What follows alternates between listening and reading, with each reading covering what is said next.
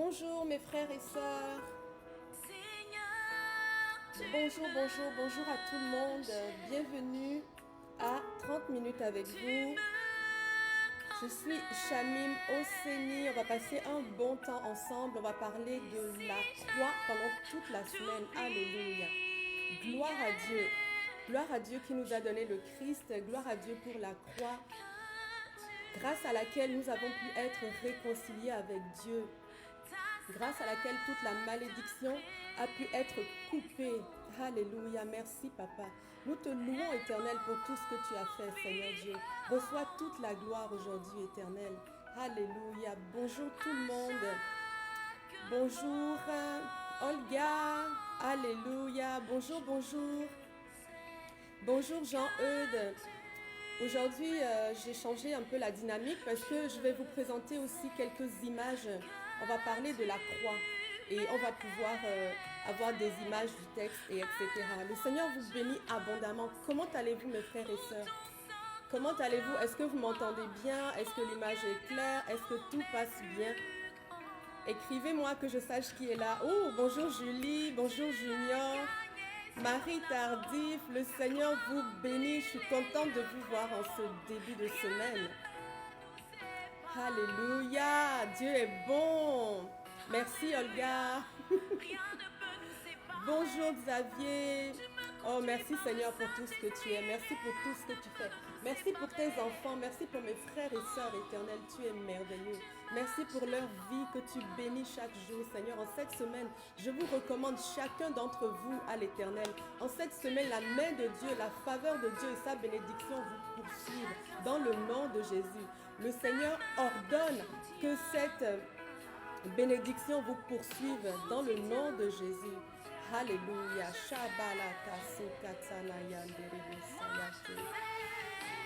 Alléluia. Gloire à Dieu. Gloire à Dieu qui est toujours avec nous. Gloire à Dieu pour cette semaine où il va accomplir des miracles. Merci Junior. Oui, je suis en jaune. C'est la couleur du soleil, la couleur de la vie. On va parler de la croix, mais on va parler de la croix qui est une excellente chose. Alléluia. À la croix, on a eu notre victoire. Donc, on va parler de choses gaies. Ce dont on va parler, c'est que des bonnes nouvelles. Amen. Que des bonnes nouvelles. Gloire à Dieu. Prions, louons le Seigneur. Prions, entrons en prière. Commençons par donner toute la gloire à Dieu pour ce qu'il va nous apporter aujourd'hui. Nous te rendons grâce, Seigneur. Nous te rendons grâce pour la richesse que tu nous donnes à travers ta parole. Nous te rendons grâce, Éternel, pour ta présence qui abonde alors que nous crions à toi, alors que nous nous approchons de toi. Oh Papa, tu es toujours là. Tu te rapproches de nous. Tu nous aimes, Seigneur. Oh, nous te louons, Seigneur, pour tout ce que tu es. Père, nous te louons. Viens aujourd'hui, au milieu de notre partage, nous révéler le Christ. Viens nous révéler les mystères de la croix, Papa. Nous avons soif de connaître plus. Nous avons soif d'aller plus loin. Et que ton Saint-Esprit qui est présent avec nous puisse manifester l'esprit de révélation pour nous aujourd'hui, dans le nom de Jésus. Nous voulons l'esprit de révélation. Nous voulons des rémas. Nous voulons de la nourriture riche et abondante. Nous voulons de la nourriture qui nourrit, qui rassasie, dans le nom de Jésus. Moi, j'ai faim. Je ne sais pas pour vous, mais j'ai faim.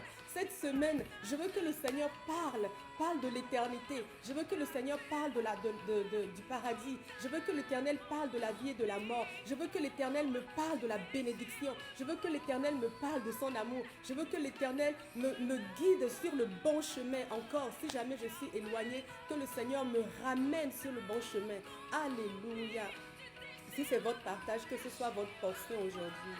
Si c'est votre partage, que ce soit votre portion aujourd'hui. Alléluia. Dieu est bon envers nous. Alléluia. Dieu est bon envers nous. Gloire à Dieu, en qui nous avons toutes choses. Gloire à Dieu. Merci Seigneur. Nous allons pouvoir commencer. Comme je vous ai dit, aujourd'hui nous allons parler de l'œuvre de la croix, mes frères et sœurs. Nous allons parler de ce qui s'est passé à la croix il y a 2000 ans. Et comme vous le savez, il s'est effectivement passé quelque chose à la croix. Le Seigneur est mort à la croix pour nous. Le Seigneur Jésus a donné sa vie pour chacun d'entre nous. Alléluia. Le Seigneur a donné sa vie pour nous. un seul instant, je vais éteindre ceci pour qu'on puisse avancer. Ça fait trop de bruit. Ok, parfait. Voilà, me revoici. Alors, gloire à Dieu pour ce qu'il fait. Un instant, s'il vous plaît, je suis en train de me familiariser avec cette interface. Merci, Père. Si vous êtes là, faites-moi des pouces ou manifestez-moi. Encouragez-moi, priez aujourd'hui en langue avec moi, que nous puissions avoir un excellent temps dans le Seigneur. Amen. Donc voilà, aujourd'hui, on va parler du côté historique de la croix. On va faire un peu d'histoire. Parce que lorsqu'on parle de la croix, beaucoup trop d'enfants de Dieu ne pensent que c'est une fable en fait. Tellement on a entendu parler de la croix uniquement dans notre Bible, on a entendu parler de la croix dans des films, on a entendu parler de la croix dans des prédications. Elle a l'air loin, en fait. Quand on pense à tout ce qui s'est passé il y a 2000 ans, ça nous semble lointain. Des fois même, on se demande si c'est vraiment réel, si ces choses ont eu lieu ou si c'est des histoires qu'on nous a racontées. Mais la croix a existé, mes frères et sœurs. Si on est aujourd'hui en 2020, après Jésus-Christ, c'est qu'il s'est passé quelque chose. C'est qu'il y a eu quelque chose d'extraordinaire qui a marqué le monde entier, parce qu'au Bénin, en Afrique, que ce soit en France, en Europe, que ce soit au Canada, ici en Amérique ou en Asie, dans les îles, dans le monde arabe, partout, on est en 2020 après Jésus-Christ. Ce monsieur de Jésus-Christ a marqué le monde, il a marqué l'humanité tout entière. Donc il y a quelque chose de particulier rattaché à sa vie. Lorsqu'on pense à ça, on ne peut que se questionner sur les faits. Qu'est-ce qui s'est passé? Qu'est-ce qu'il y a eu lieu il y a 2000 ans qui a tellement marqué le monde qu'aujourd'hui encore on en parle? Depuis que nous sommes nés, nous voyons Noël, nous voyons les églises, nous entendons parler du Christ. Et ce n'est pas une fable, le Christ, ce n'est pas une religion. Le Christ, c'est le Fils de Dieu qui a donné sa vie pour nous. Et c'est quelqu'un qui a effectivement existé. Israël a existé, Jérusalem existe, Nazareth existe, Bethléem existe. Et tout ce qui nous est raconté dans les évangiles, tout ce qui nous est rapporté, est la vérité pure avec le Seigneur. Nous pouvons croire, si nous croyons en Dieu, nous pouvons croire à tout ce qui est raconté ici. La Bible n'est pas seulement un livre spirituel. La Bible, c'est aussi un livre historique. C'est l'histoire du peuple juif. Tout comme vous, si vous voulez reconnaître l'histoire de vos ancêtres, vous pouvez aller dans des bibliothèques, vous pouvez faire des recherches. Il y a des livres qui vont être écrits peut-être sur le peuple mandingue, sur le peuple yoruba, sur le peuple québécois, le peuple irlandais qui a immigré ici, et etc. Et bien ce livre nous raconte l'histoire du peuple juif. Donc les juifs qui veulent connaître leur histoire peuvent aujourd'hui prendre la Bible et avoir de généalogie en généalogie, de père en fils. Ils peuvent voir l'historique depuis le début, depuis la création. Depuis que Dieu a créé l'homme jusqu'à Jésus. En fait, ça part de la création jusqu'à Abraham, de Abraham jusqu'à David et de David à Jésus. Tout ça est relaté. Ce qui est extraordinaire, c'est que Dieu nous a parlé de chacune des générations. Il n'a sauté personne. Dieu a compté chacune des personnes qui sont dans cette généalogie. C'est extraordinaire. Dieu aime le monde, Dieu aime les humains, Dieu aime sa création. Dieu prend soin de sa création et elle est chère à son cœur. Amen. Donc, la Bible nous parle d'une histoire vraie. L'histoire de la croix est une histoire vraie, mes frères et sœurs. On va aller dans le livre de Matthieu, dans les évangiles, si vous avez votre Bible. On va se baser aujourd'hui sur Matthieu chapitre 26 et sur Matthieu au chapitre 27. Parce que dans ces deux parties est relaté le moment particulier où Jésus a été capturé et a été amené à la croix. Donc c'est dans ces deux livres que nous allons nous attarder. Mais si vous allez dans les 4 évangiles, dans le livre de Luc, Marc et puis aussi le livre de Jean, l'apôtre Jean en parle aussi. On parle de la crucifixion dans les 4 évangiles, amen, mais on va s'attarder dans l'évangile de Matthieu aujourd'hui. Donc prenez vos Bibles, mes frères et sœurs, on va rentrer dans le vif du sujet. Alors on peut commencer par ce qui s'est passé la veille. En fait, Jésus est arrivé à Jérusalem, comme vous le savez. Il est arrivé pour la célébration de la Pâque. On l'avait déjà vu. Si vous n'avez pas entendu en détail ce que représente la Pâque, vous pouvez retourner dans l'enseignement qu'on avait fait sur, au fait, c'est quoi la Pâque? Ou bien c'est les Pâques versus la Pâque. Vous trouverez cet enseignement aussi sur YouTube, Shamim Oseni. Vous pourrez l'écouter et vous imprégner de la compréhension, soyez renouvelés aussi dans votre compréhension de ce qu'a été la Pâque. Donc Jésus, tout comme le peuple juif de l'époque, tous ceux qui se sentaient rattachés par leur foi au Dieu Yahweh, toutes ces personnes célébraient la Pâque. La Pâque, c'était la première fête juive qui avait lieu au début de l'année. Donc Dieu a demandé, on l'a lu dans le livre de l'Exode, on l'a lu que Dieu a demandé à ce que la Pâque soit célébrée jusqu'à perpétuité, donc dans toutes les générations.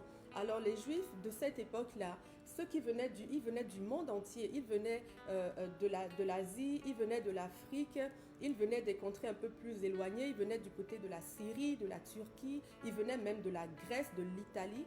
Tous ces Juifs venaient et se rassemblaient à Jérusalem pour célébrer la Pâque parce qu'il fallait immoler des agneaux. Et les Juifs n'immolaient l'agneau qu'au temple, là où il y avait les sacrificateurs, et il y avait un seul temple. Ce temple était à Jérusalem.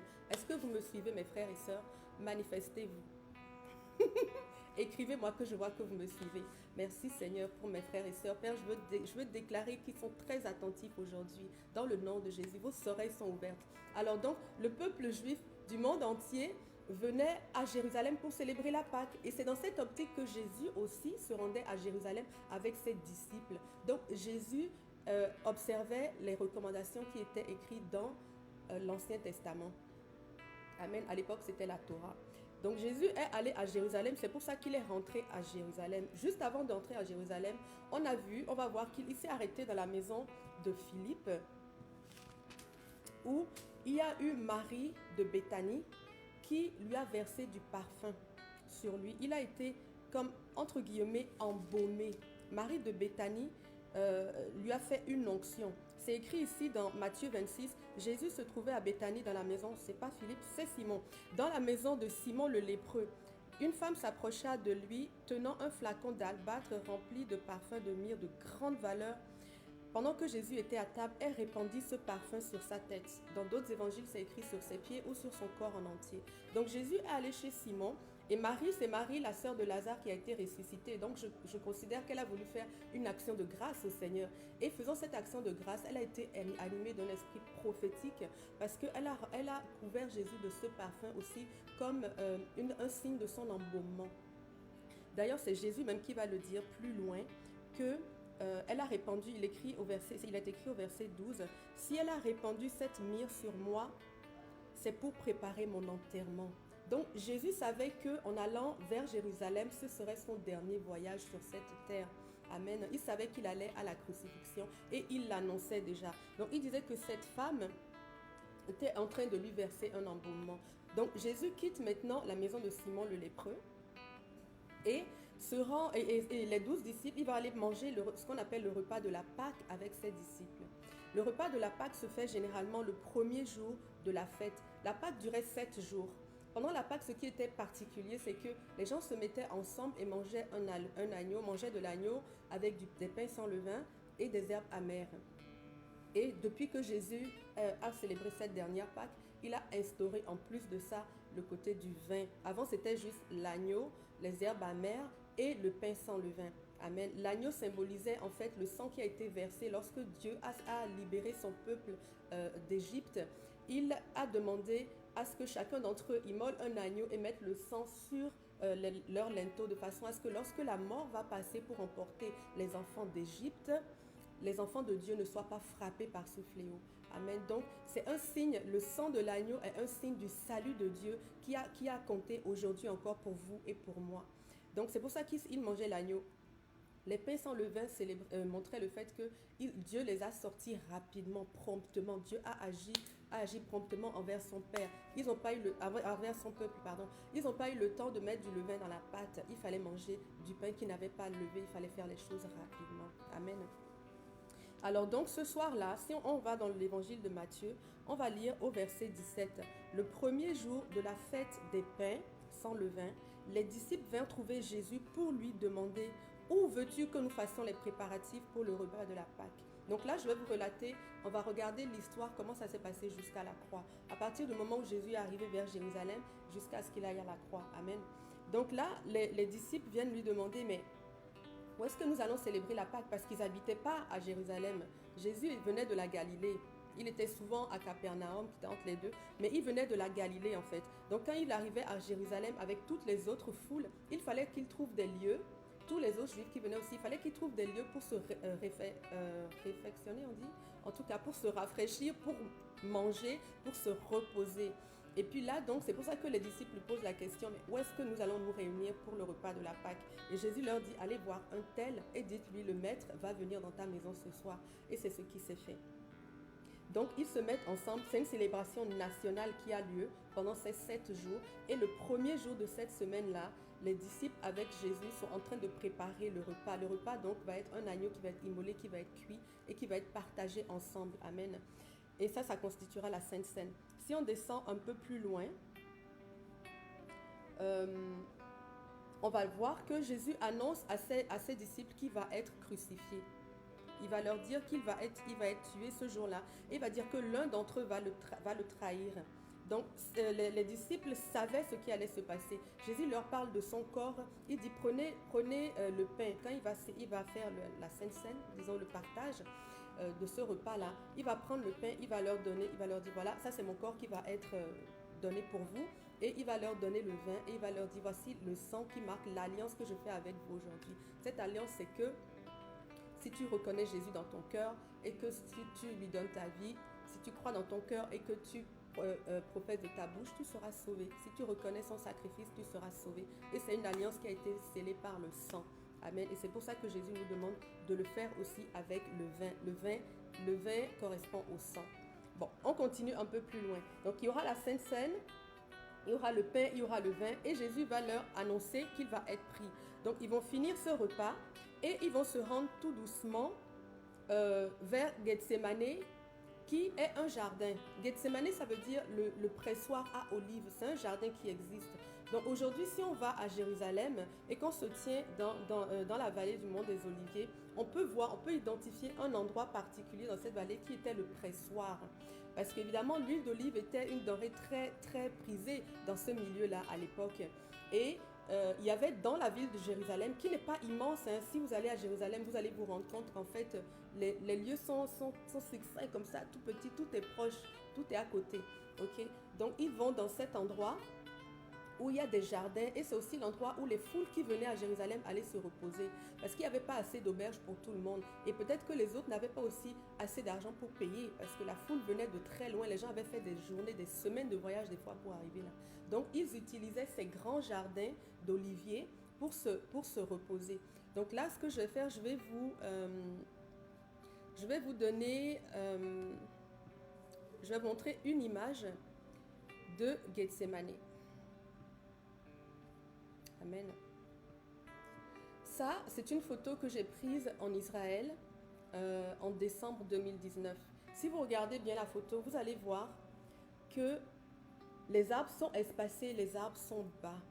Donc l'olivier, c'est un arbre, on appelle l'arbre de l'éternité. C'est un arbre qui, lorsqu'une branche meurt, il y en a une qui repousse. Donc sur le même plan d'olivier peut durer des milliers d'années. Amen. Et d'ailleurs, en Israël, c'est interdit de couper ces arbres-là. C'est passible d'emprisonnement. Les oliviers sont vraiment très protégés dans cette région-là. Donc là, c'est une petite image de ce que ça pouvait représenter. Ça, c'est le coin où il y avait le pressoir, où Jésus est allé donc pour se reposer avec ses disciples et pour prier. Si on regarde bien, quand j'étais à Gethsémané, je regardais le jardin et puis je me disais, mais Seigneur, pourquoi tu as choisi d'aller à Gethsémané? Pourquoi tu as choisi d'aller te recueillir à cet endroit-là? Tu aurais pu aller à n'importe quel autre endroit dans la ville. Mais pourquoi est-ce que tu as choisi particulièrement cet endroit? Et alors que j'étais en train de prendre la photo, j'ai vu cette nuée que vous voyez apparaître sur le haut des oliviers. Elle n'était pas visible à l'œil nu, mais dans la photo, elle ressortait.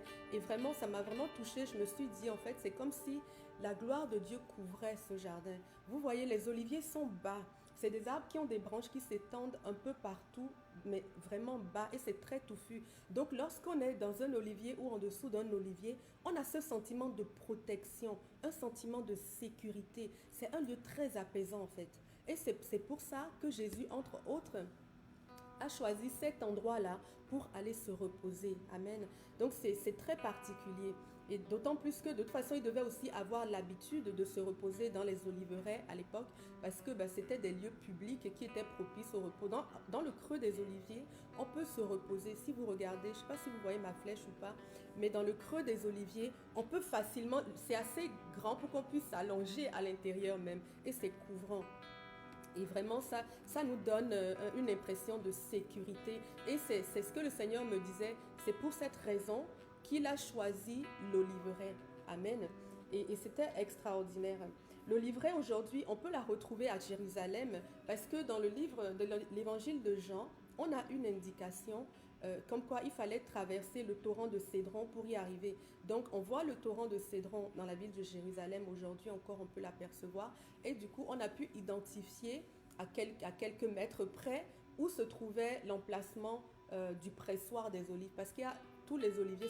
Le mont des oliviers, ce n'est pas juste un nom. C'est un mont sur lequel, c'est un vaste mont. Un mont, c'est un ensemble. La montagne, c'est une seule comme ça. Okay? Quand on dit mont, c'est que c'est quelque chose de grand et de vallonné. Donc, ce n'est pas juste une montagne, c'est un ensemble de montagnes qui se touchent, qui s'embrassent les unes et les autres pour former un grand environnement en haut comme ça. Donc, le mont des Oliviers, c'est comme ça, c'est immense, c'est un peu vallonné comme ça et c'est un grand endroit qui a cette particularité d'être recouvert d'olives. Donc, d'oliviers, pardon. Donc, si vous allez aujourd'hui à Jérusalem, vous allez pouvoir voir le mont des Oliviers, dont on parle à plusieurs endroits dans la Bible. C'est un endroit qui existe. Aujourd'hui, il y a un grand cimetière musulman en plein milieu avec des tombes. Donc, les Juifs ne peuvent plus ni rien reconstruire là-dessus, ni s'approprier une bonne partie du territoire. Mais ça existe encore et c'est encore présent. Amen. Donc, une fois qu'ils sont arrivés à Gethsémane, Jésus a prié. Si on va dans Matthieu 26, 36, là-dessus, Jésus arriva avec eux en un lieu appelé Gethsémane. Il dit à ses disciples, asseyez-vous ici pendant que je vais prier là-bas. Donc, on voit bien que c'est écrit. Jésus s'est assis dans cet endroit-là et cet endroit existe. Donc, une fois qu'ils sont allés là, on sait que Jésus a prié pendant presque toute la nuit. Il a été arrêté pendant la nuit. Il a prié pendant la nuit et puis les disciples n'arrivaient pas à prier avec eux. Moi, je pense qu'ils avaient bien mangé, ils étaient repus. Et comme toute personne qui a voyagé, qui a bien mangé, ils étaient fatigués. Donc, ils dormaient, c'est normal, enfin, c'est compréhensible, disons. Donc, du coup, et puis ils n'avaient pas la révélation, la compréhension de ce qui se tramait en fait. Donc voilà, il dormait. Du coup, Jésus a prié jusqu'en plein milieu de la nuit où va avoir lieu son arrestation. Donc là, on continue dans Matthieu 26 et on continue à suivre le chapitre. L'arrestation de Jésus arrive à partir du verset 47. Pourquoi est-ce que Jésus a été arrêté dans la nuit? C'est parce que les pharisiens, les scribes et les Romains qui l'ont arrêté, en fait, ne voulaient pas que la foule puisse se lever. Jésus était très populaire et il était très apprécié.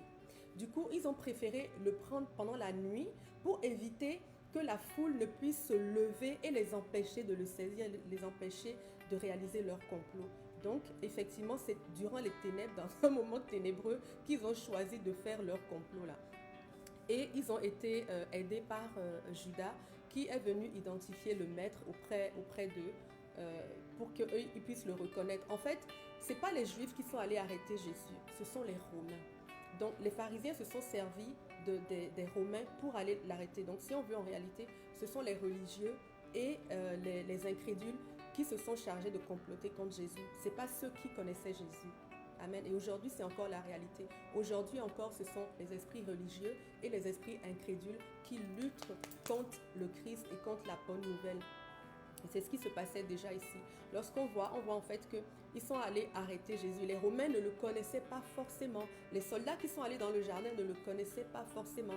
Mais les Juifs, oui, il était très populaire. Mais comme c'est les Romains qui sont allés l'arrêter, c'est pour ça qu'ils avaient besoin d'un de ses disciples pour être certains que c'est bien ce gars-là, que c'est bien lui, Jésus, et c'est bien lui qu'on est venu chercher. Amen. Donc tout ça a eu lieu durant la nuit. Je vais baisser un peu le son. Tout ça a eu lieu durant la nuit. Et Jésus dit à Pierre, il lui dit qu'il faut qu'il soit arrêté pour que les Écritures puissent s'accomplir. Donc ça avait déjà été relaté dans l'Ancien Testament. Dieu avait déjà parlé du Christ, de l'avènement du Christ dans les détails. Il avait dit qui il serait, il avait dit où est-ce qu'il naîtrait, il avait dit comment il serait mort. Et c'est pour que toutes ces paroles donc, que le Seigneur a données, elles devaient s'accomplir. Donc Pierre voulait défendre Jésus et ne voulait pas que les Romains le prennent. Mais Jésus lui a dit non. Ce que le Seigneur a décrété doit s'accomplir. Alors tiens-toi loin. Du coup, on sait aujourd'hui que tout ce qui s'est passé à la croix, c'est des choses qui ont été déjà relatées presque dans les détails depuis le temps du prophète Ésaïe. Amen. Donc, on continue un peu plus loin. Jésus est arrêté. Tous ses disciples prennent la fuite. Matthieu 26 au verset 56. Tous les disciples, c'est écrit ici, tous les disciples l'abandonnèrent et prirent la fuite. Tout le monde est parti, tout le monde l'a laissé parce qu'il y avait une grosse armée qui était venue les récupérer. Et ils l'ont amené vers Caïphe, qui est un sacrificateur, un grand prêtre de l'époque, pour qu'il soit jugé. La maison de Caïphe est encore aujourd'hui présente à Jérusalem. Et elle est un peu plus loin que Gethsémani. Donc, on voit que Jésus a dû parcourir entre 1 et 2 kilomètres lorsqu'ils l'ont pris de Gethsémani pour l'emmener à la maison de Caïphe. Et dans la maison de Caïphe, ce qui est particulier, bon, là, malheureusement, la photo, je n'ai pas pu la récupérer hier, mais éventuellement, je vous la montrerai à un autre moment. Mais dans la maison de Caïphe, c'était une maison très riche. Déjà, quand on voit la bâtisse, on voit la façon dont elle a été construite. Il y avait des grands jardins et tout. On voit que les grands prêtres, ils étaient très à l'aise en fait. Les grands prêtres juifs à l'époque, ils étaient vraiment nantis. Ils étaient vraiment assis sur des fortunes et tout. Et dans la maison de Caïphe, moi, ce qui m'a vraiment étonnée, c'est qu'à l'intérieur de sa maison, il y a des grandes fosses comme ça, qui vont vers le bas dans le sous-sol, creusés dans la roche comme des grottes dans lesquelles ils enfermaient les prisonniers. C'est quelque chose d'horrible d'imaginer d'avoir des prisonniers dans sa propre maison. Vous imaginez Bon, moi je trouve que c'est méchant. Moi je ne pourrais pas supporter de voir des gens souffrir à l'intérieur de ma maison. Okay, la prison peut être ailleurs, mais il fallait que ce soit sous son nez dans sa maison. Et aujourd'hui encore, on peut le voir. On peut descendre aussi. On est descendu quand on était à Jérusalem. On est descendu dans cette grotte où le Seigneur a été maintenu en captivité. Amen. Et on peut encore voir des traces que des chrétiens par la suite aussi ont écrit, ont tracé. On peut voir encore des croix qui datent de plusieurs centaines de siècles auparavant. Dans le temps de Jésus, on peut voir des reliques que les gens ont laissées, on peut constater à l'intérieur de ces grottes qu'il y a eu beaucoup de détresse. Donc c'est des choses qui existent encore aujourd'hui, c'est pas des fables. Amen. Donc on continue un peu plus loin, il part de la maison de Caïphe où il a été identifié comme blasphémateur. Donc l'objet de son arrestation par les Juifs, c'était soi-disant qu'ils disaient qu'il était le Messie. Mais c'était interdit dans leur religion de se dire Dieu, entre guillemets. C'était un sacrilège. Donc ils ont utilisé ça. Si on descend, on va voir Matthieu 26 au verset 63. Je t'adjure, ça c'est Caïphe qui parle à Jésus. Je t'adjure par le Dieu vivant de nous déclarer si tu es le Messie, le Fils de Dieu. Déclare-nous si tu es le Messie. Et Jésus lui répond, tu l'as dit toi-même. Wow! Dès qu'ils ont entendu ça, ils se sont levés, ils ont dit, oui, ça y est, on a la raison, on a la bonne raison, on le ramasse. On va aller maintenant le déposer auprès de ceux qui vont pouvoir l'exécuter. Parce que les Juifs pouvaient condamner, mais ils n'avaient pas le droit de faire des exécutions sur le territoire romain sans que les Romains ne donnent leur accord. Si on se souvient bien, à cette époque, Jérusalem était sous la domination de l'Empire romain. Amen. Donc Caïphe, c'était un roi, un prêtre juif, pardon. Et maintenant, il prend Jésus et il l'emmène chez Pilate, qui était le gouverneur romain, donc l'autorité politique de l'époque qui était établie sur Jérusalem. Donc ils le prennent et ils l'emmènent chez Pilate où il doit être jugé avant d'être condamné.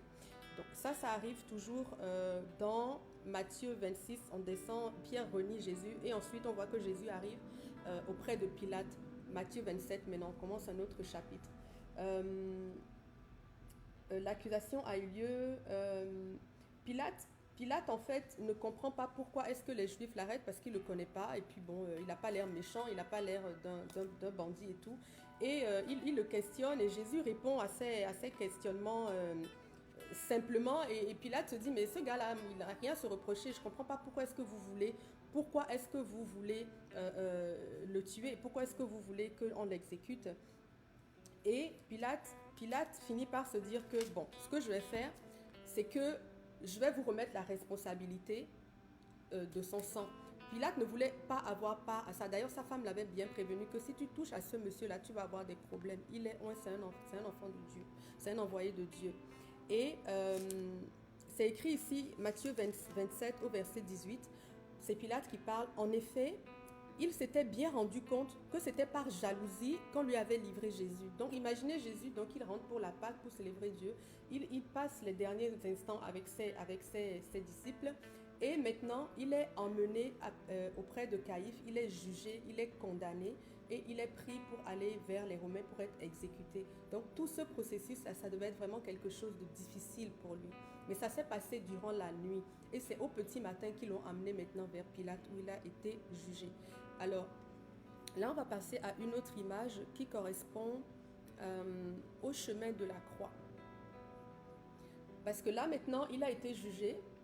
En fait, Pilate a dit aux Juifs, est-ce que vous voulez que je le libère ou bien est-ce que vous voulez que je libère Barabbas? Pourquoi? Parce que le jour de la Pâque, les Romains avaient l'habitude de faire un geste, une faveur envers le peuple juif. C'était une grosse célébration pour eux. Et ils libéraient un prisonnier par grâce. C'était la grâce qui était accordée, la grâce d'une journée pour une personne. Et ce jour-là, il leur a présenté deux prisonniers. Il a dit, bon, est-ce que vous voulez Jésus ou bien est-ce que vous voulez Barnabas? Et le peuple juif a dit, non, non, non, non, non, on veut Barnabas, vas-y, tue Jésus parce que nous, on ne veut pas le garder. Ils disent d'ailleurs même que son sang n'a qu'à retomber sur nous et sur nos enfants. Donc, même les personnes qui étaient présentes, ils étaient conscients de ce qu'ils étaient en train de faire. Ils étaient conscients du fait qu'ils voulaient la mort de Jésus et ils l'ont choisi, ils l'ont assumé entièrement. C'est particulier. Donc, à partir de ce moment-là, Jésus est emmené, excusez-moi, je vais vous ramener l'image, j'ai du mal à la faire passer. Gethsémane, le chemin de croix, pourquoi ça ne marche pas? Ok, voilà, on y arrive. Là, en fait, c'est le chemin qui mène vers Golgotha, ok? Donc, c'est une partie du chemin qu'a emprunté Jésus.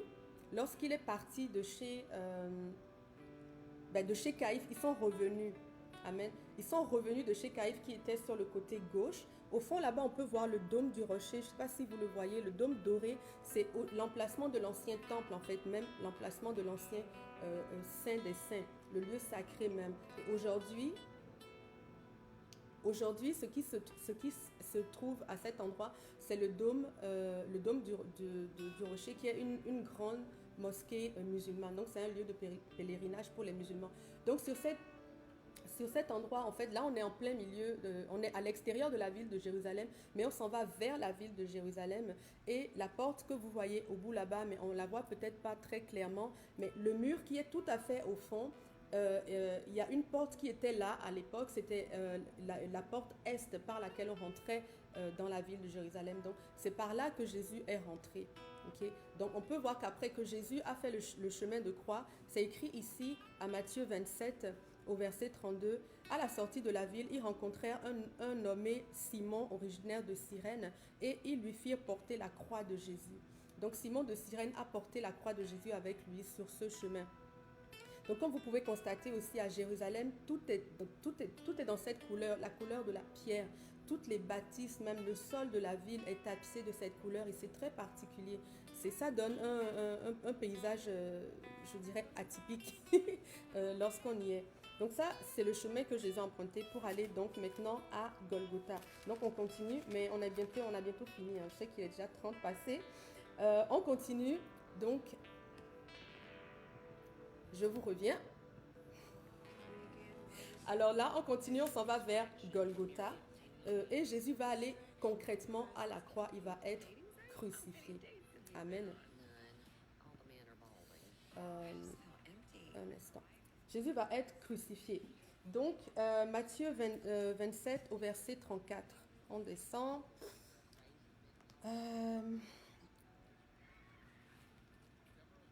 On voit que Jésus est crucifié, verset 37. Il l'avait fixé au-dessus de la tête de Jésus un écriteau sur lequel il était inscrit comme motif de sa condamnation. Celui-ci est Jésus, le roi des rois. Il y avait deux brigands qui ont été crucifiés avec lui. Bon, je vais vous montrer une photo de Golgotha. Jésus a pris la croix et il a été porté à l'endroit suivant. Ça, c'est une photo qui date des années... Oh my God.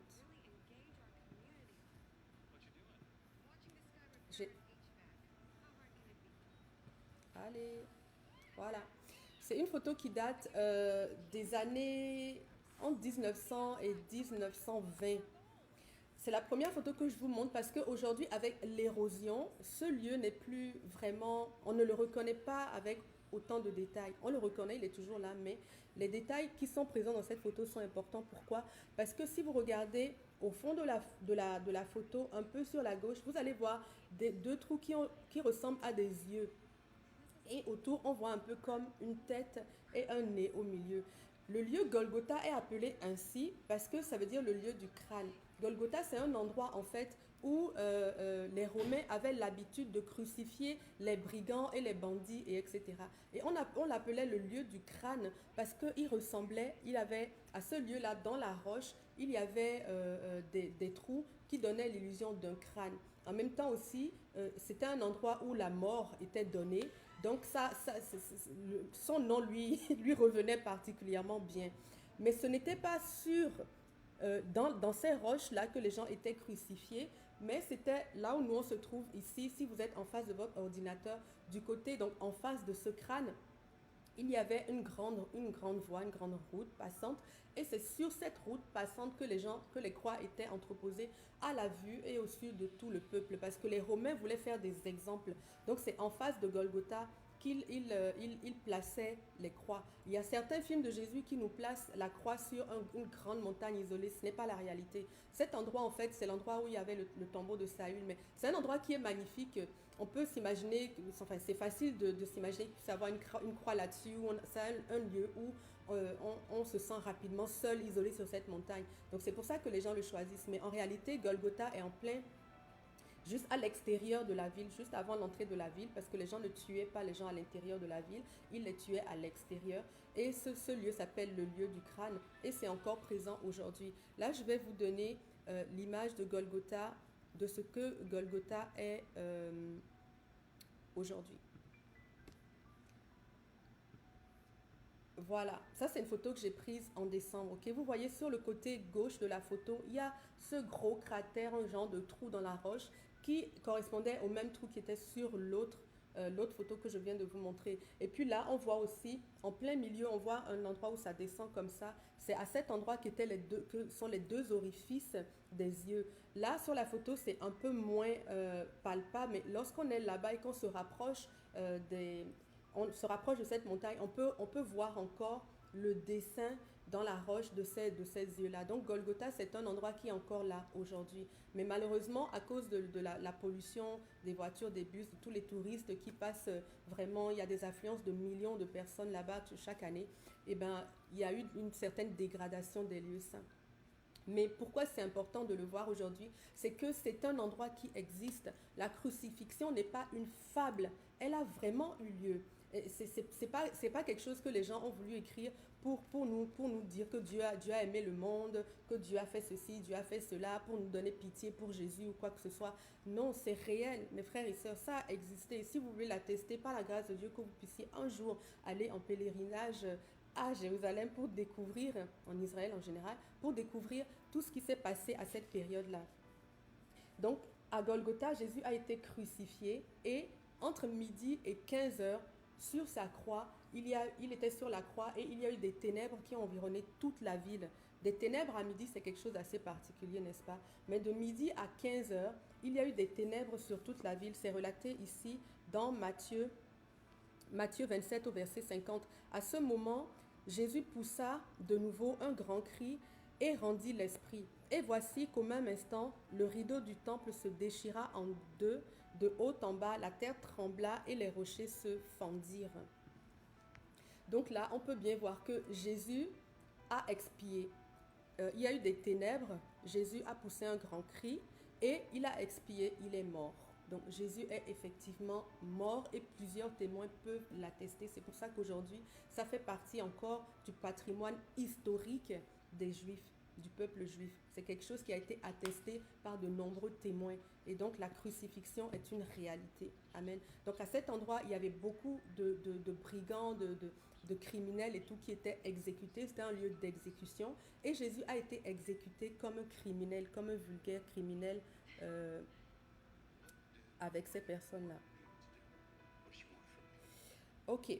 Si on continue, j'ai une dernière chose à vous montrer. Après qu'il ait été crucifié, Jésus a été mis au tombeau. Après la crucifixion, Jésus a été mis au tombeau. Et ce tombeau, aujourd'hui, c'est aussi possible de le retrouver. Donc, je vais vous le montrer.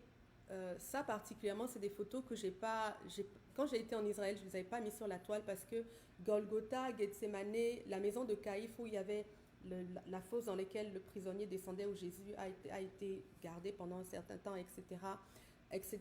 Toutes ces choses, c'était pour moi très difficile en fait. Et les émotions que j'ai ressenties étaient tellement fortes et tellement personnelles que j'ai pas voulu partager. Mais aujourd'hui, je me sens plus libre de vous partager ces photos. Amen. Donc voilà, je vais vous montrer la photo du tombeau. C'est celle-ci. Ok, le tombeau de Jésus, ce tombeau se situe pas loin de Golgotha en fait. Il a été retrouvé avec toutes les indications qui ont été données dans l'évangile de Matthieu, de Jean, de Marc et de Luc. Ce tombeau, si vous pouvez voir, à l'intérieur du tombeau, il y a un endroit, on peut rentrer dans le tombeau déjà. On peut rentrer dans le tombeau. Sur le côté droit, il y a des étagères comme ça où on posait les corps. Et cette petite fenêtre que vous voyez en haut à droite était là pour l'aération en fait de la tombe. Ok. Ce qui est intéressant de voir ici, c'est que la taille de cette porte-là représente la hauteur ou le diamètre de la pierre qui avait été roulée pour fermer le tombeau. Donc là, on peut bien comprendre pourquoi est-ce que Marie se disait, mais qui va nous ouvrir? Parce qu'une pierre de cette taille, pour un homme, une seule personne ne peut pas pousser une pierre de cette taille pour ouvrir un tombeau, n'est-ce pas? Donc aujourd'hui, cet emplacement existe encore à l'extérieur de cet emplacement, juste au niveau où nous on se trouve en ce moment en train de regarder la photo. Il y a un petit jardin où on peut s'asseoir, qui correspond aussi à ce qui était écrit dans les évangiles. Un jardin donc, où on peut s'asseoir. La façade, le tombeau fait face à Golgotha, enfin, dans une certaine mesure. Et toutes ces choses, ce sont des indications qui sont dans les évangiles qui ont permis d'attester que cette tombe était effectivement, probablement, la tombe. Et aujourd'hui, les protestants, les évangéliques, les chrétiens considèrent que c'est la tombe dans laquelle Jésus a été enseveli. Amen. Et dans la tombe dans laquelle il a été ressuscité. Il y a un autre emplacement qui est revendiqué par l'Église catholique, qui est dans l'Église des Saints-Sépulcres. Mais on ne va pas rentrer dans les revendications des uns et des autres, parce que en réalité, ce qui est important de savoir avec la tombe de Christ, c'est qu'elle est vide. La chose donc, que nous pouvons retenir sérieusement, c'est que la tombe est vide. Et c'est ce qui est important pour nous aujourd'hui. Donc, si vous allez à Jérusalem, vous pourrez visiter tous ces lieux. Amen. Et constater que tout ce qui a été dit est vrai. Tout ce qui nous a été laissé est vrai. Tout ce que nous avons reçu est vrai. Amen. Je peux vous laisser la photo encore quelques instants. Donc, si on fait un petit récapitulatif, Jésus arrive à Jérusalem pour la Pâque avec ses disciples. Il est d'abord oint juste avant par Marie de Béthanie dans la maison de Simon le lépreux. Après ça, il rentre à Jérusalem, et je pense que c'était avec les rameaux, ce que les catholiques appellent le dimanche des rameaux. Donc, il rentre à Jérusalem sur un âne, et puis ils vont préparer à manger dans une maison où ils vont manger le repas de la Pâque. Donc, ça, c'est le premier jour des pains sans levain, donc le premier jour des 7 jours de célébration. Le soir de cette journée, ils s'en vont à Gethsemane où Jésus va se recueillir et prier avant d'être saisi ce soir-là, dans cet endroit, par l'armée romaine. Amen. Donc il est saisi par l'armée romaine ce soir-là et il est emmené d'abord auprès de Caïphe qui était un prêtre, un sacrificateur juif, où il est jugé. Il est jugé sur le mobile qu'il dit être le Messie et c'est un sacrilège pour eux. Donc il est jugé, il est condamné et suite à ça, il est amené chez Pilate pour que son exécution puisse avoir lieu. Et Jésus, une fois arrivé chez Pilate, donc est condamné.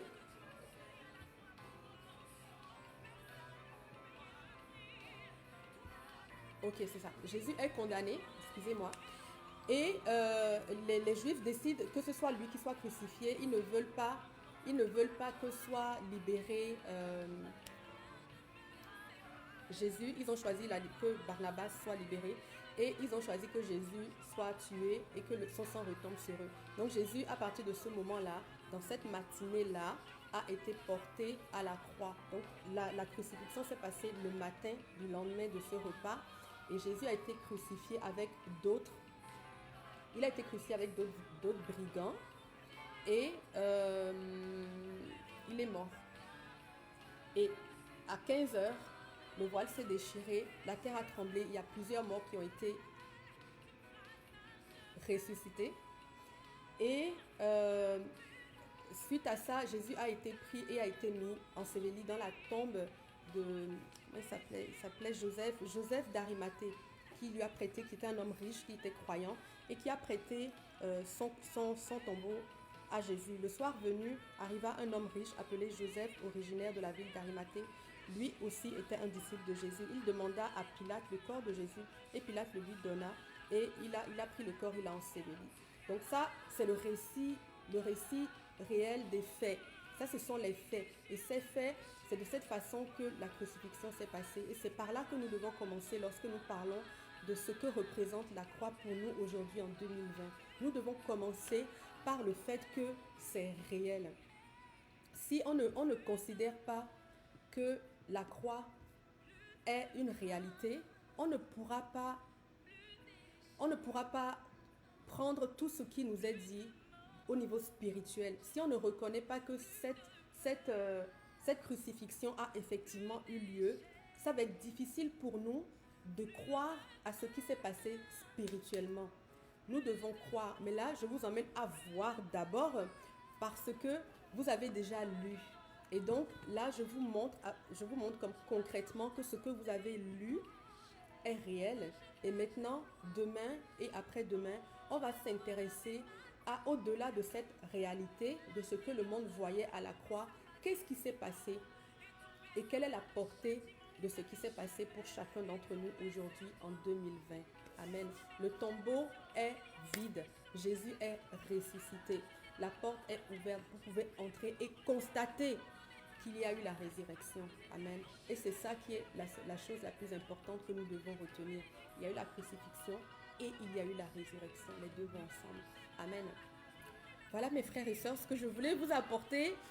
J'ai appris juste dans la nuit à manipuler l'outil. Donc j'espère que ça a été fluide, que vous avez pu suivre l'enseignement. Ou plutôt, je voulais juste vous montrer au niveau réel, concret, ce que ça a été. Et puis demain, on va aborder tout le reste des côtés spirituels et éternels, etc. Donc, si vous avez des questions, n'hésitez pas à me les envoyer. On va prier ensemble pour clôturer. Je vais vous relâcher parce que ça fait déjà longtemps qu'on est ensemble. Et vraiment, merci Seigneur pour tes enfants. Merci Seigneur parce que vraiment, tu nous as laissé les récits pour que nous puissions aller nous-mêmes, aller et constater ce qui a été fait. Papa, merci. Merci parce que tu ne nous as pas laissés sans rien. Tu nous as donné des choses concrètes pour nous rattacher, pour comment dirais-je, ancrer notre foi, pour réaliser que ce que nous avons reçu est réel. Seigneur, nous croyons en toi par la foi. Nous t'avons choisi par la foi. Et c'est en esprit et en vérité que nous t'adorons. Et nous te remercions pour les endroits concrets. Nous te remercions pour Israël. Nous te remercions pour Jérusalem. Nous te remercions pour tous les endroits qui ont été conservés. Nous te demandons, Seigneur, je veux te demander particulièrement une bénédiction particulière pour l'Église catholique, grâce à laquelle aujourd'hui nous avons accès à tous ces sites. Les catholiques ont répertorié chacun beaucoup de sites et ont établi des églises à ces endroits. Et c'est pour ça qu'aujourd'hui, on a pu retracer ces endroits. S'ils ne l'avaient pas fait, on aurait tout perdu. Parce que lorsque les musulmans sont arrivés par la suite, ils brûlent. Quand ils passent, ils brûlent, ils enlèvent. Du coup, on aurait vu disparaître toutes ces choses. Mais Seigneur, je veux déclarer ta bénédiction sur l'Église catholique ainsi que le réveil des enfants de Dieu de cette Église dans le nom de Jésus, la visitation du Saint-Esprit, le Saint-Esprit qui visite l'Église catholique et qui réveille ceux qui étaient endormis dans le nom de Jésus. Seigneur, je te remercie pour le peuple juif, je te remercie pour la parole, je te remercie pour la croix, je te remercie d'avoir pu aller en Israël et constater, Seigneur Dieu, ces choses de mes propres yeux. Et je veux déclarer sur la vie de mes frères et sœurs que cette grâce puisse leur être faite aussi dans le nom de Jésus. Recevez par la grâce de Dieu, la faveur de Dieu, pour aller un jour en Israël, pour aller constater de vos yeux aussi que tout ce qui est dit est réel dans le nom de Jésus. Soyez bénis mes frères et sœurs. Donc je vous donne rendez-vous demain à midi pour que nous puissions continuer à parler et à partager autour de la croix. Amen.